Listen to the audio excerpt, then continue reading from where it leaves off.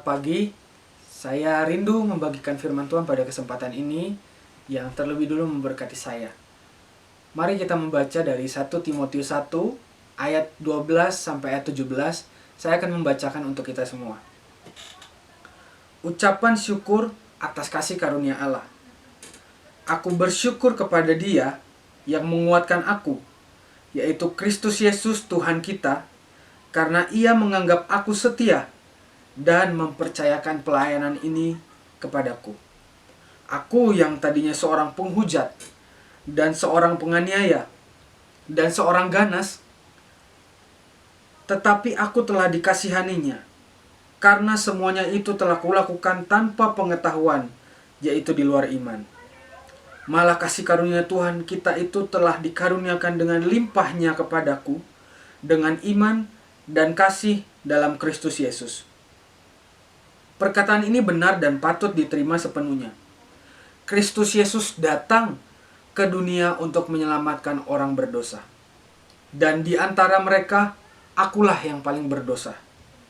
Tetapi justru karena itu aku dikasihani, agar dalam diriku ini, sebagai orang yang paling berdosa, Yesus Kristus menunjukkan seluruh kesabarannya. Dengan demikian, aku menjadi contoh bagi mereka yang kemudian percaya kepadanya dan mendapat hidup yang kekal.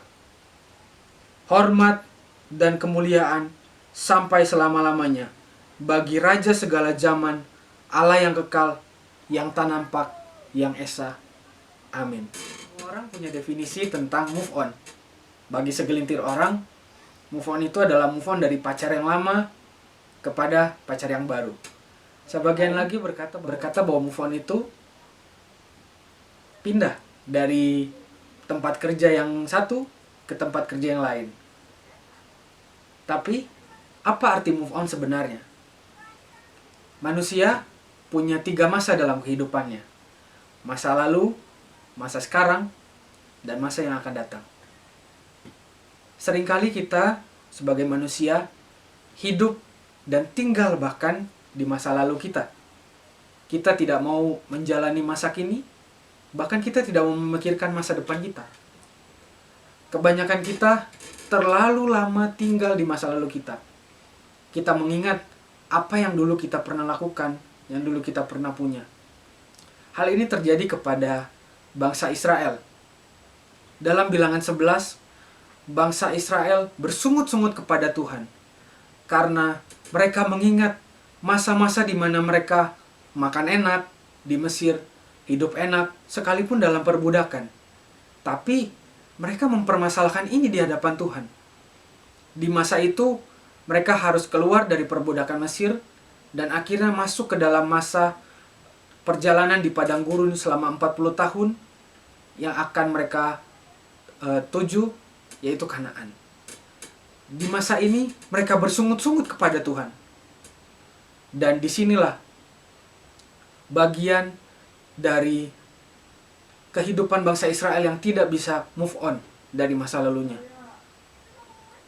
Begitu juga Paulus. Pada teks ini, Paulus mengatakan kepada Timotius. Dan Timotius, pada saat Paulus menulis surat ini, Timotius masih sangat muda. Di pasal 4 ayat 12, Paulus berkata, "Jangan seorang pun menganggap rendah karena engkau muda. Jadilah teladan dalam perkataan, perbuatan, dan tingkah laku." Maksud dari perkataan ini ialah bahwa Paulus ingin mengingatkan Timotius supaya dalam tugas penggembalaannya di gereja di Efesus, Timotius tetap bertahan sekalipun banyak pencobaan. Bahkan dalam konteks itu, Timotius sedang menghadapi pengajar-pengajar sesat. Nah, mengawali surat 1 Timotius, Paulus memberikan contoh, memberikan teladan untuk Timotius. Dia menceritakan bahwa kehidupannya yang dahulu ialah kehidupan yang tidak baik. Kalau mau dibanggakan, Paulus ialah seorang Ibrani asli. Ahli Farisi, ahli Taurat, bersunat, dan masih banyak lainnya yang bisa dia banggakan. Namun, Alkitab berkata bahwa semuanya itu dia anggap sebagai sampah yang tidak berguna karena pengenalan akan Kristus Yesus. Ini mengindikasikan bahwa Paulus tidak tinggal di masa lalunya. Perjumpaan pribadinya dengan Tuhan mengubah kehidupannya. Bahkan di Damascus experience itu, hidupnya berubah. Dia melayani Tuhan dengan radikal, dan kita bisa lihat buah-buah pelayanannya sampai pada saat ini. Di dalam teks ini, dia mengatakan, "Aku bersyukur kepada Dia yang menguatkan aku, yaitu Kristus Yesus Tuhan kita, karena Ia menganggap aku setia dan mempercayakan pelayanan ini kepadaku.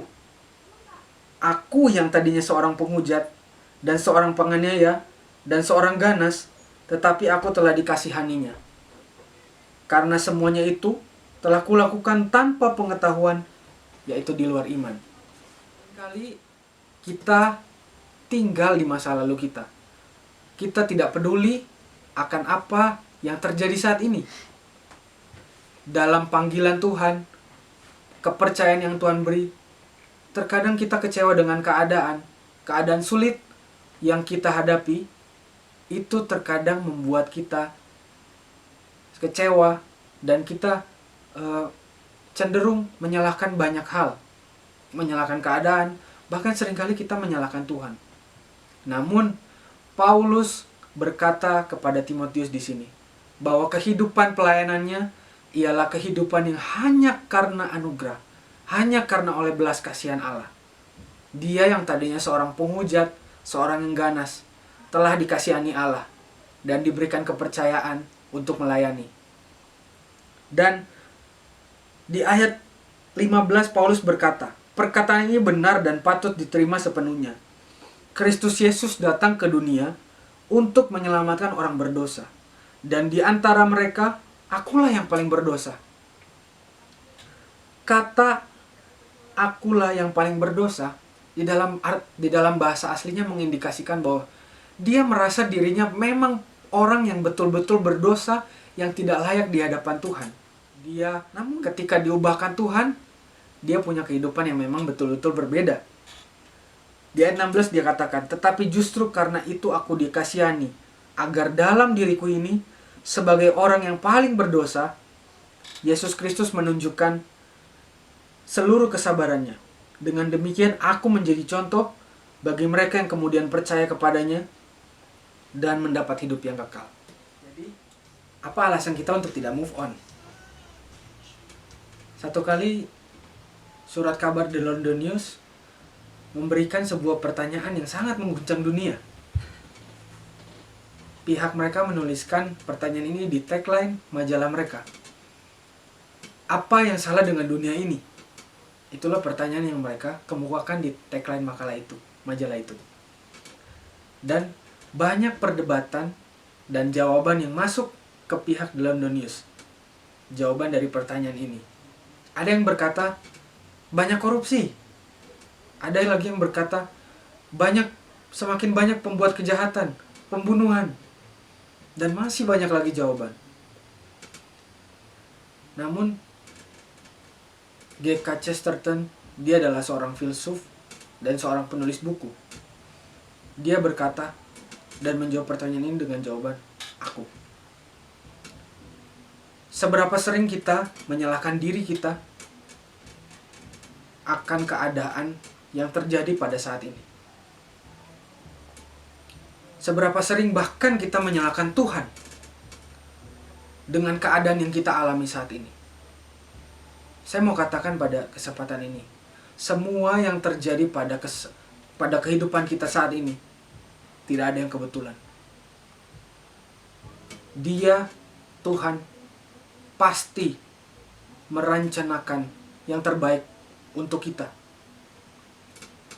Jadi, apa alasan kita untuk tidak move on? Masa lalu, mari kita lupakan.